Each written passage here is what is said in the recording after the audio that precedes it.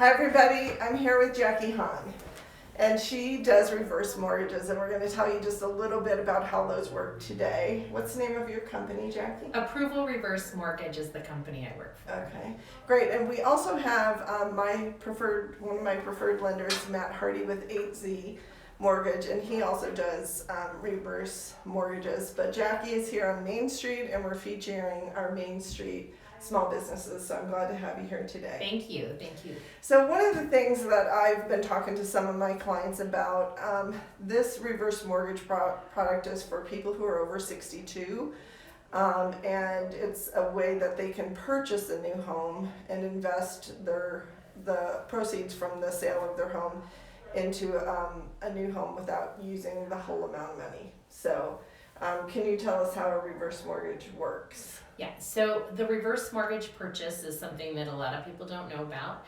Basically, it's determined by the age of the youngest person that's purchasing, the current rate, and the value of the home. So we plug those figures in, and then we come up with an amount that the lender is willing to offer, and it's based on that value of that new home. Basically, it tends to be around 50%, and so you would bring in the remaining amount to purchase that home, and the lender would fund the rest, and then there are not mortgage payments.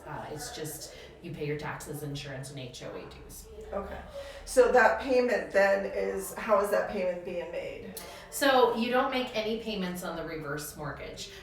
Your loan balance, which is the amount that we start out as, has a rate tied to it.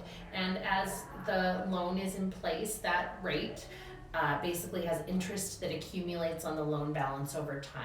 And so FHA's involvement in the reverse mortgage is that they insure these loans, and what they do not lend.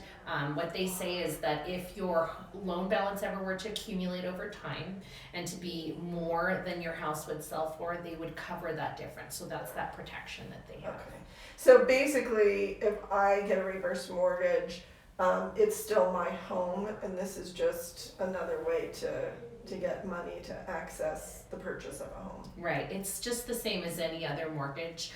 It's just they never take title to your property, the lender. You're always on title.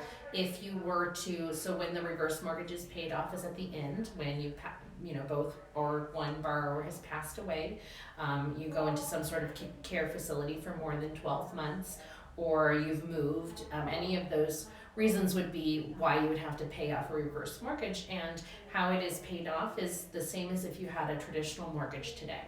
Okay. So the title company would pay off the reverse mortgage with the proceeds, and then the remaining equity would go to the homeowner's estate. Okay, just like you do.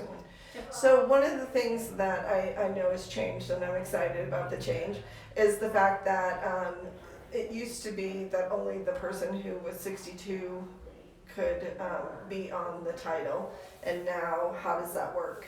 So we have what's called a non-borrowing spouse, and so if you are under 62 years of age, one person must be over 62, but the other would just be considered a non-borrowing spouse, and they have all of the same rights to stay in the home, to not have to pay off the reverse mortgage. If the person who is the borrower were to pass away, that non-borrowing spouse just continues to live in the home. They do have to contact the lender and let them know that that borrower has passed away, but they do not have the responsibility to pay off the reverse mortgage until they are gone from the home. Okay.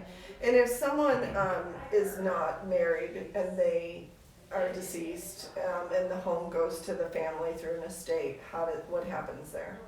So it's really just as if anyone who had passed away. So they might have to go through probate, but basically you have 60 days to let the lender know that the borrower, the person who lived and was on title and on the loan, has passed away, and then you have 6 months to sell the property. But the biggest thing that I always tell people is that you must contact the lender. You must get them all of the documentation that they need. That's the big piece to all of this, and the lender is absolutely willing to work with people as long as they follow that protocol. Okay. All right. Well, so people can give you a call if they have any questions. Maybe they're not ready now, but they want to get more information. I guess there's been some fears around this type of a Yeah. mortgage, but I know friends who have recommended it too, and I'm getting older myself, so I have older friends. Yes. And, this really is a good fit for them. It's not for everybody, and so we're going to be talking to Matt Hardy next week about other loans. But this week, I just really wanted to get them some information first so they can purchase a loan that that lender doesn't own the home. You still own the home, you sell it like you normally would, and that someone who's not 62 can actually be on that loan, which is exciting. Yeah, it is exciting, and it's a wonderful product. Everyone that I talk to, I would say not everyone, but I would say 80% of the people that I speak with do not know if they're going to stay in their home or move. Because downsizing, getting a ranch, not wanting to be there with the stairs for the rest of their life.